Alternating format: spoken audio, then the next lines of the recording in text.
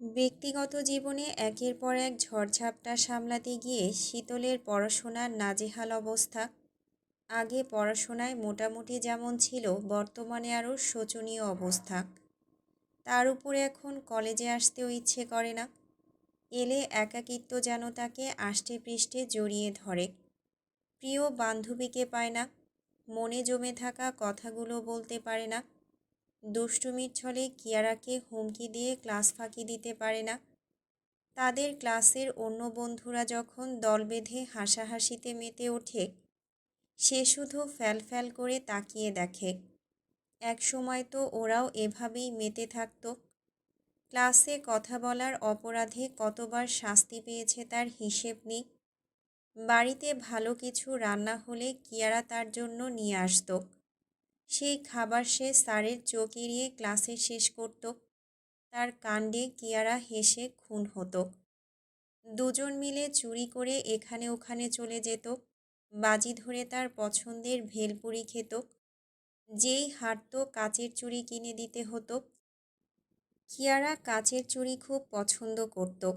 তার নাকি কাচের চুড়ির রিনঝিন শব্দে মন ভালো হয়ে যেত। যেদিন থেকে একথা জেনেছে, মাঝে মধ্যেই ইচ্ছে করে হাঁটত সে। হারার অজুহাতে অনেক চুড়ি কিনে দিয়েছে তাকে। শুদ্ধ রানা কত জিনিস দিয়েছে কিয়ারাকে। একই রকমের ড্রেসও আছে তাদের। ভেবেছিল ঈদের মধ্যে পার্লারে গিয়ে একই রকমভাবে চুল কাটবে, কিন্তু হঠাৎ সব এলোমেলো হয়ে গেল। প্রতিটা মুহূর্তের কথা তার মনে আছে। মনে আছে তাদের ফ্রেন্ডশিপের প্রথম দিনের কথা। শুধু স্মৃতি রেখে আস্ত মানুষটা হারিয়ে গেছে। তার কথা ভাবতে গেলেই দুচোখ ছাপিয়ে অঝরে জল গড়াতে থাকে। বুকের ভেতরটা যন্ত্রণায় হাহাকার করে ওঠে। ইচ্ছে করে গালাগাল করে পরক্ষণে ওকে জড়িয়ে ধরে প্রাণ ভরে কাঁদতে, কিন্তু কোথায় পাবে ওকে? কোথায় হারিয়ে গেল মেয়েটা? সে যতটুকু জানত, কিয়ারা মনে মনে রুবাবকে পছন্দ করত। আকার ইঙ্গিতে বারবার জিজ্ঞেস করত রুবাব কবে আসবে, এলে কতদিন থাকবে। বুঝত প্রিয় বান্ধবীর মনের কথা। তারও খুব ইচ্ছে ছিল রুবাবের সঙ্গে কিয়ারার কিছু একটা হোক, কিন্তু ঐশ্বর্যের কথা জানার পরে সে আর এগোয়নি। রুবাব অন্য কারোর সাথে জড়িয়ে আছে জানলে কিয়ারা কষ্ট পাবে ভেবে আগ বাড়িয়ে কিছু বলেও নি সে। এমনকি এই কারণে কিয়ারাকে বাড়িতে ডাকা কমিয়ে দিয়েছিল। ভেবেছিল সুযোগ বুঝে সব বুঝিয়ে বলবে, কিন্তু সেই সুযোগ আসার আগেই মেয়েটা নিখোঁজ হয়ে গেল। সে এমনভাবে হারালো, জানিয়েও গেল না কোথায় গেল, কেন গেল। তবে সে মন থেকে দোয়া করে একবারের জন্য হলেও যেন কিয়ারার দেখা পায়, কারণ তার কাছে অনেক কিছু জানার বাকি আছে। ব্যথিত মনে এসব ভাবতে ভাবতে শীতল ক্লাস শেষ করল। নিজের হাতে নোট লিখতে গিয়ে আবারও তার কিয়ারার কথা মনে পড়ল। ও থাকলে অনায়াসেই সব লেখা ওর ঘাড়ে চাপিয়ে দেওয়া যেত। একটাবার দেখা হোক, এইসব খাটুনির শোধ অবশ্যই নেবে। কিয়ারাকে বকতে বকতে সে কিছু নোট লিখল, আর কিছু নোট ফটোকপি করা দরকার। বেশিরভাগই চিত্র, যেটা হাতে আঁকা আপাতত সম্ভব নয়। তাই সাথী নামের মেয়েটিকে নিয়ে রাস্তার ওপাশে গেল শীতল। ফটোকপির দোকানের সামনে অনেক ভিড় দেখে সাথী জানালো, আজকে থাকুক, কালকে দিলেই হবে। সে বাসে যাতায়াত করে। বাসে গিয়ে ফেরিতে করে নদী পার হয়ে তারপর বাড়ি। বাস মিস হলে মুশকিল হয়ে যাবে। কথা বলে সে চলে গেলেও শীতল ভিড় কমার অপেক্ষায় দাঁড়িয়ে রইল। পাশের দোকান থেকে আইসক্রিম কিনল। আইসক্রিম খেতে খেতে ছাউনির নিচে এসে দাঁড়াতেই ব্যাগের ভেতর ফোনটা ভাইব্রেট হয়ে উঠল। ফোন বের করে স্ক্রিনে শুদ্ধ নামটা দেখে ঠোঁটের কোণে এক চিলতে দুষ্টু হাসি ফুটে উঠল। কল রিসিভ করে গলার স্বর বদলে বলল, Mrs Shoaib speaking, who are you? শীতলের কথা শুনে ওপাশে শুদ্ধ মুচকি হাসল। সেও কণ্ঠস্বরে গাম্ভীর্য মিশিয়ে পাল্টা জবাব দিল, মুডি সাইটেস স্পিকিং। ও, তা কাকে চাই আপনার? আপাতত আমার বউটাকে চাচ্ছিলাম। ক্লাস শেষ হয়েছে? কলেজের সামনে ফটোকপির দোকানের সামনে দাঁড়িয়ে আছি। শুদ্ধর কণ্ঠ এবার কিছুটা সতর্ক শোনালো। ওখানে কেন? পাশের চায়ের দোকানে তো বখাটে ছেলেপেলেদের আড্ডা থাকে। ওখান থেকে সরে দাঁড়া, আমি নিতে আসছি। শুদ্ধ আসছে শুনে শীতল ভীষণ খুশি হলো। মিটিমিটি হেসে বলল, থাকলে থাক, আমাকে কিছু বলার সাহস আছে কারো? আমি হলাম শারিয়ার সায়ন, মানে হবু মেয়রের বোন। আমাকে কিছু বললে আমার ভাই জান খেয়ে নেবে। এ কথা শুনে শুদ্ধ হেসে ফেলল। গায়ের থেকে অ্যাপ্রন খুলতে খুলতে বলল, তা তো খাবেই। ডাকাত ভাইয়ের ডাকাত বোন বলে কথা। সাইডে দাঁড়া, এক্ষুনি আসছি।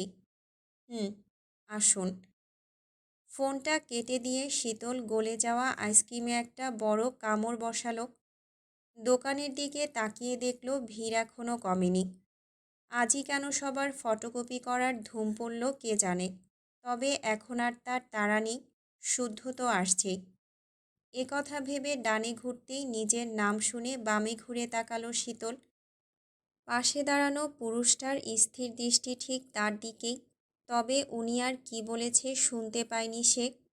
শুনতে পায়নি বুঝে লোকটা পুনরায় বলল, বললাম আরে শীতল রানী যে, এত রোদের মধ্যে এখানে কেন? বাড়ি যাবে না? লোকটা কথা বলে তার আপাদমস্তক দেখে ঠোঁটের কোণে বাঁকা হাসি ঝুলিয়ে দাঁড়িয়ে রইল। সূক্ষ্ম নজরে পরখ করল ফুটফুটে ফুলের মতো সুন্দর মেয়েটাকে। রোদের তাপে ফর্সা গাল দুটো লালচে হয়ে উঠেছে। ঠোঁটজোড়া যেন রক্তিম আভা ছড়াচ্ছে। পরনে কলেজ ড্রেস, মাথায় হিজাব, কাঁধে কলেজ ব্যাগ আর হাতে ধরা আধখাওয়া আইসক্রিম। এই মেয়েটার জন্য ইয়াসিরের মতো পাষাণ পুরুষটার মন ফেসেছে।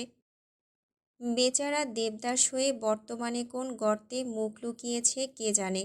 যে আগে দাপট দেখিয়ে বেড়াতো সেই মাফিয়া কিং বর্তমানে নাকি ভেজা বেড়াল।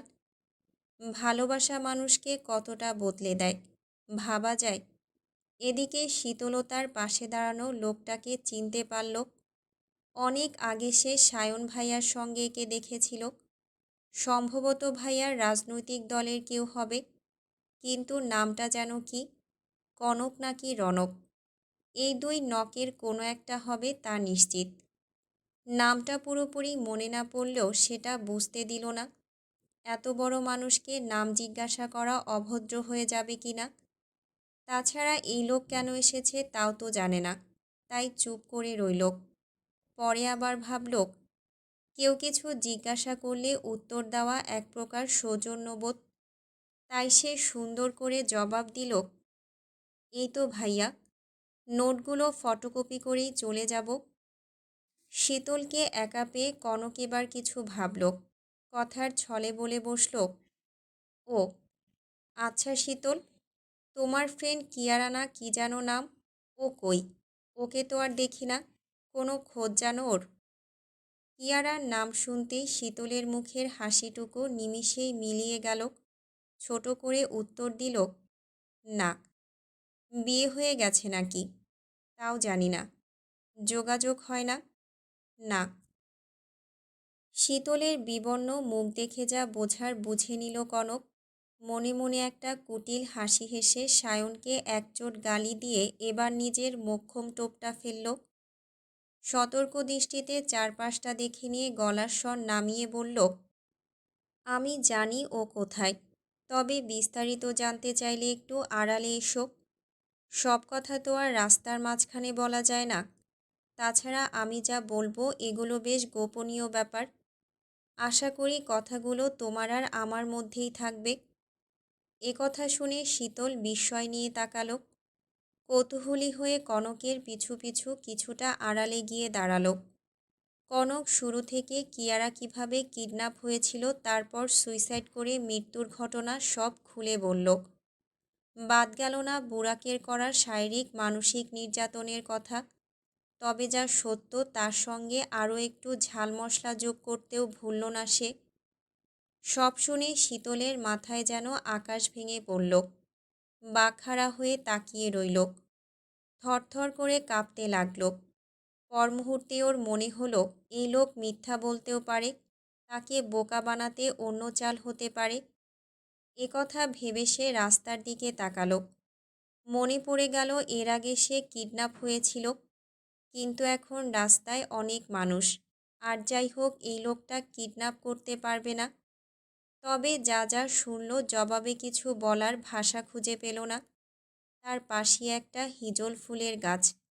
গাছটা ধরে নিথর হয়ে দাঁড়িয়ে রইল। তাকে চুপ থাকতে দেখে কনক বুঝল তীরটা জায়গা মতো লেগেছে।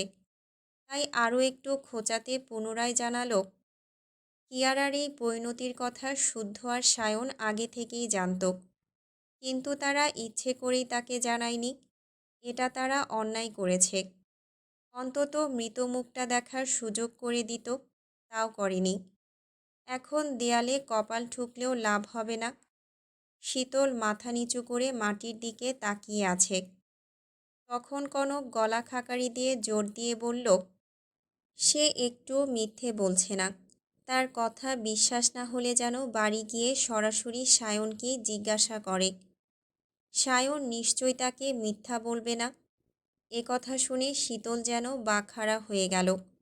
যদি এটা সত্যি হয়, তবে ইয়াসির নামক লোকটাকে সে আগে যতটুকু ঘৃণা করত, এখন তার চেয়েও 10 গুণ বেশি ঘৃণা করবে। বড়মা বলেন, কারো মৃত্যু কামনা করতে নেই, খারাপ কামনা করতে নেই, কিন্তু এই লোকটার জন্য সে আল্লাহর কাছে দিনরাত মৃত্যু প্রার্থনা করবে। তবে তার আগে সায়নের থেকে সব সত্য জানা প্রয়োজন। সে জানে পৃথিবী উল্টে যাবে, তবুও তার সায়ন ভাই তাকে মিথ্যে বলবে না। বাইরের লোক যা বলার বলুক, সে সব শুনবে তার ভাইয়ের থেকে। কনক হয়তো আরও কিছু বলতো, কিন্তু শীতলার এক মুহূর্তও দাঁড়ালো না। হাতের আধ খাওয়া আইসক্রিমটা ছুঁড়ে ফেলে বাড়ির উদ্দেশ্যে রওনা হলো। কনকের কথার তালে ভুলে গেল শুদ্ধ তাকে নিতে আসছে। সে ঝাপসা চোখে রাস্তা পার হয়ে কোনো মতে রিকশা ডেকে উঠে বসল। এতক্ষণ ধরে চোখের পানি আটকে রাখলেও নিজেকে আর সামলাতে পারল না। 2 হাতে মুখ ঢেকে হু হু করে কেঁদে ফেলল। প্রিয় বান্ধবীর মুখ আর জমানো স্মৃতিগুলো চোখের সামনে ভেসে উঠল। কিয়ারার করুণ দশা সে মানবে কিভাবে? এই কঠিন সত্য আজীবন তার বুকের ভেতর কাঁটার মতো বিঁধে থাকবে।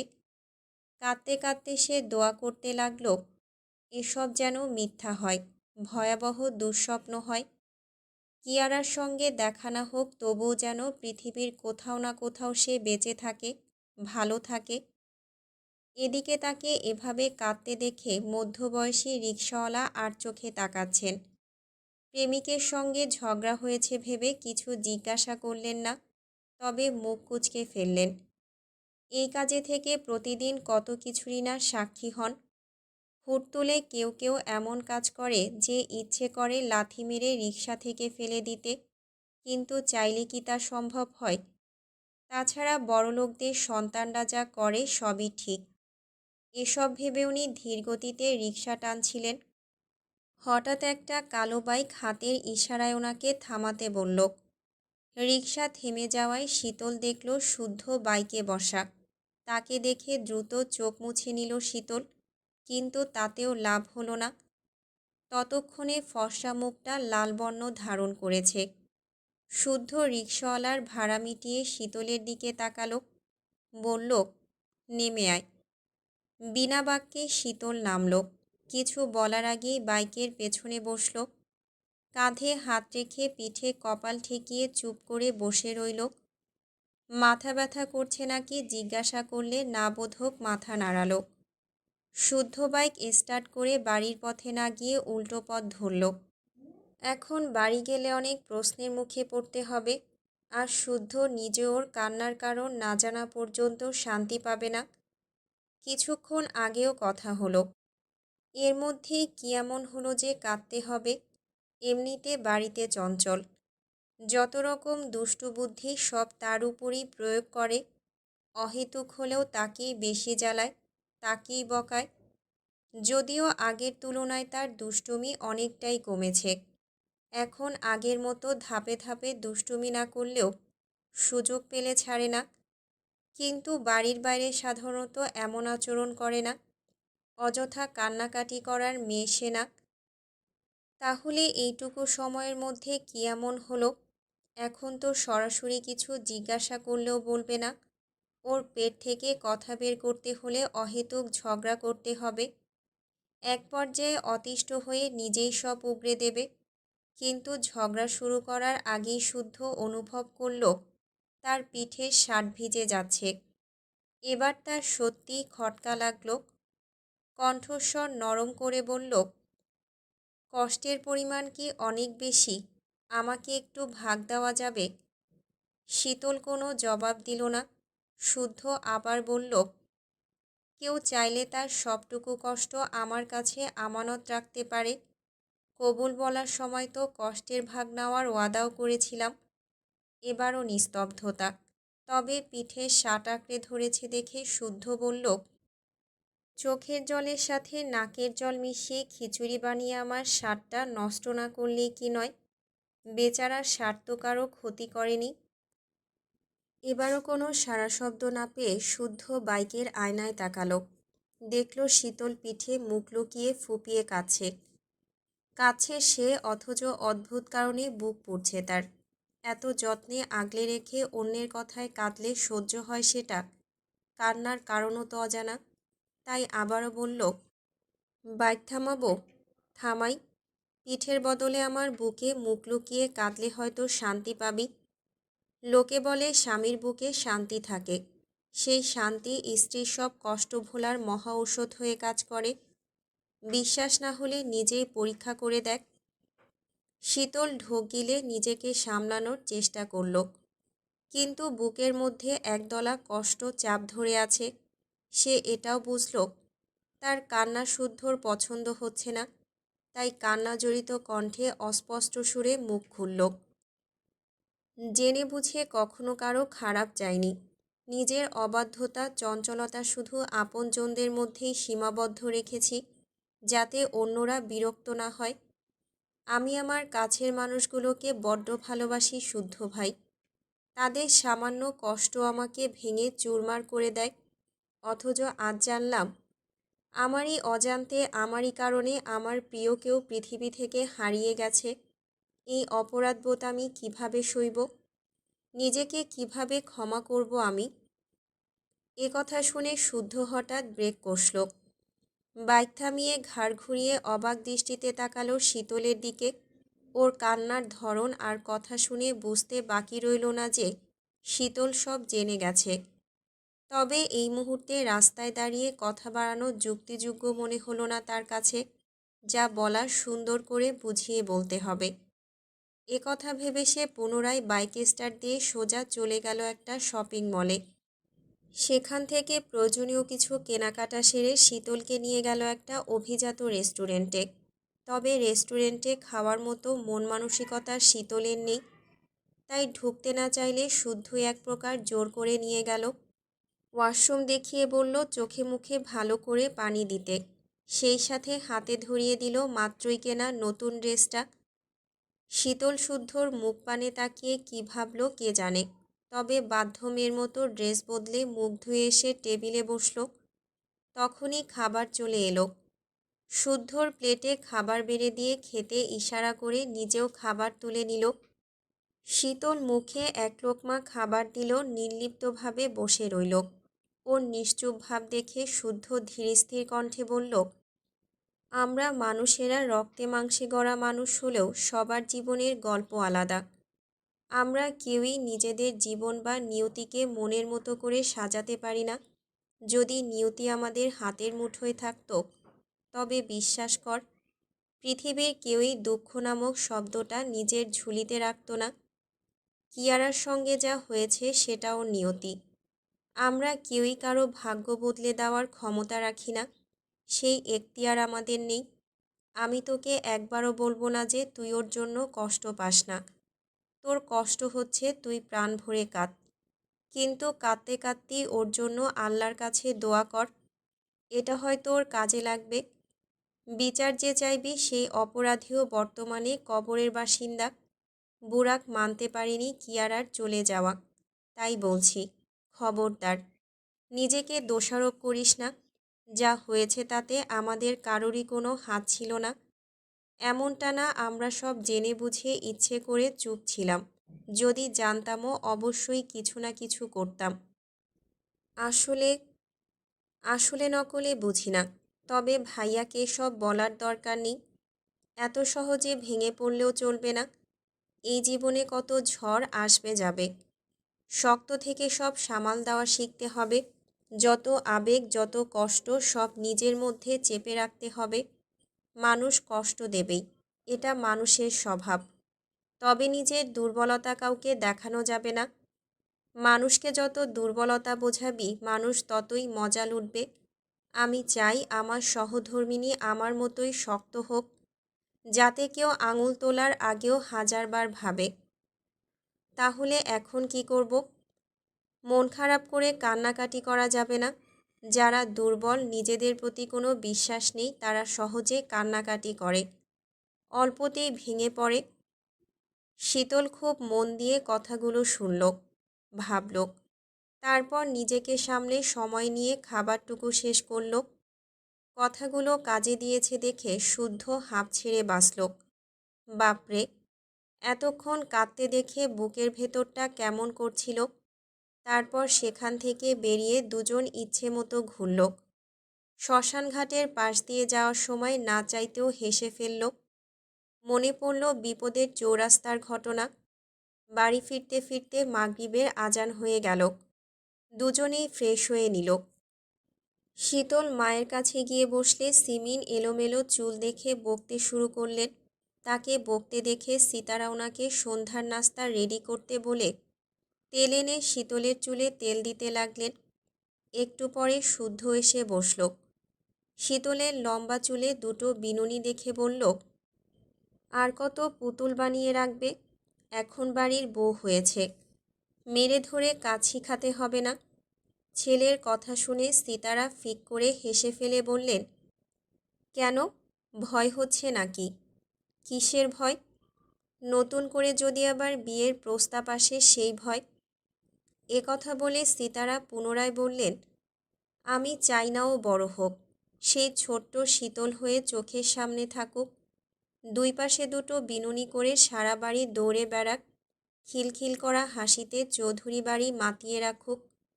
সবাই বড় হয়ে গেলে কেউ দুষ্টুমি করবে না। বাচ্চারা দুষ্টুমি না করলে, ভুল না করলে আমরা বকবো কাকে? কি নিয়ে সময় অসময়ে হাসাহাসি করব বল দেখি? নিজের কথা শেষ করে সিতারা স্বর্ণকে ডেকে তার চুলো বেঁধে দিলেন। সায়ন তখন ফুচকা নিয়ে বাড়ি ফিরল। শার্টের বোতাম খুলে আরাম করে বসল। হাঁপ ছেড়ে পানি চাইল।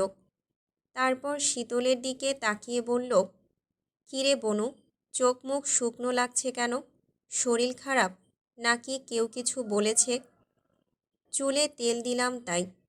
ও, ফুচকা এনেছি, খেয়ে দেখ তো কেমন। ভালো না হলে ওই শালাকে উদম কেলাবো। আগেই বলেছি ভালো হলে যেন দেয়। শীতল হাসল না, জবাবে কিছু বললও না। ড্রয়িং রুমে তখন চারজনই আছে। শীতল রান্নাঘরে মা চাচিদের দিকে একবার তাকিয়ে দৃষ্টি ফেরালো সায়নের দিকে। স্বর্ণ পানি এনে সায়নের হাতে ধরিয়ে পাশে বসল। তখন শীতল বলল, ভাইয়া, তুমি আমার ভাই কম দুলাভাই বেশি, নাকি দুলাভাই কম ভাই বেশি? দুলাভাই কম ভাই বেশি। ও, তাহলে বড় ভাই হয়ে একটা দায়িত্ব পালন করো। আমাকে একটা জায়গায় নিয়ে চলো। তবে যাওয়ার কথা একজনকে বলা যাবে না। শীতলের কথা শুনে সায়ন পাশে বসার শুদ্ধর দিকে তাকালো। তারপর সেও ফিসফিস করে বলল, আচ্ছা, শুদ্ধকে বলবো না, কিন্তু কোথায় যাবি রে? শীতল থমথমে মুখে জবাব দিল, স্বর্ণ আপুর জন্য পাত্র দেখতে। তুমি বিয়ে করে ট্রিট দাওনি, তাই তুমি বয়কট। শীতলের বলতে দেরি, তবে স্বর্ণের হাত বগল দাবা করতে দেরি হলো না সায়নের। ছটফটে সুরে বলল, কিডনি হারালে কিডনি পাওয়া যাবে, কিন্তু বউ হারালে বউ পাওয়া যাবে না। অনেক কষ্টের বউ আমার, রিস্ক নেওয়া যাবে না। এ কথা শুনে মা চাচিরাও হেসে ফেলল। ওনাদের হাসির শব্দে সায়ন হাত ছেড়ে দিল। মাথা চুলকালো। তখন শীতল শুদ্ধকে শুনিয়ে শুনিয়ে বলল, আজকে একটা কেয়ারিং বর নেই বলে। মাস দেড়েক পরের ঘটনা। চৌধুরী নিবাসের সকাল যেভাবে শুরু হয় আজও সেভাবেই শুরু হয়েছে।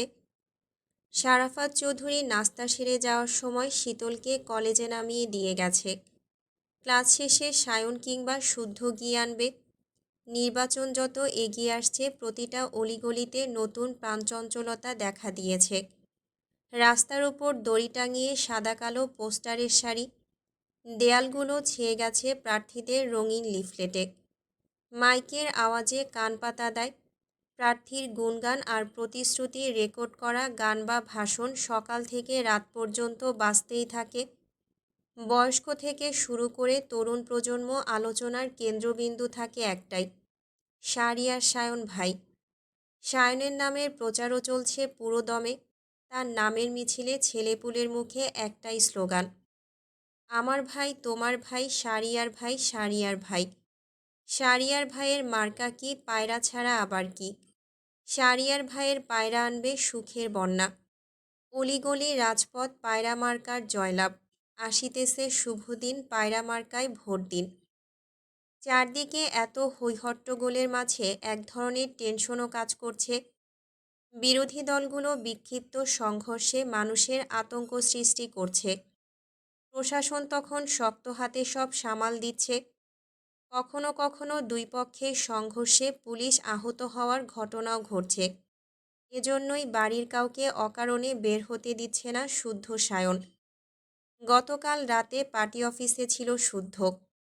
মিছিল সমাবেশে না গেলেও তাকে পার্টি অফিসে দেখা যাচ্ছে। সায়নও ছোট ভাইয়ের সঙ্গে নানান ব্যাপারে আলোচনা করে গুটি গুটি পায়ে এগিয়ে যাচ্ছে নিজের লক্ষ্যে। সব ঠিকঠাক থাকলে মেয়র পদে সায়নই জিতবে। শুদ্ধ সারা রাত জেগে পরের দিন সকাল থেকে ল্যাবে ছিল। বেশ কয়েক ঘন্টা কাজ করে বাড়ি ফিরে দেখে শীতল এখনও ফেরেনি। সায়ন জানিয়েছে সময় মতো সেই আনবে শীতলকে। বারবার কল করে বাড়ি ফেরার তাড়াও দিল। তারপর ফ্রেশ হয়ে খেয়ে শুতেই চোখজোড়া ঘুমে বুজে এলো। কতটুকু ঘুমিয়েছে জানা নেই, তবে আচমকা শরীরে ঝাঁকুনি খেয়ে চোখ খুলে তাকালো শুদ্ধ। সিতারা বেগম হাউমাউ করে কাঁদছে। থরথর করে কাঁপছে ওনার শরীর। হঠাৎ ঝাঁকুনি খেয়ে ঘুম ভাঙায় কিছুই বুঝল না শুদ্ধ।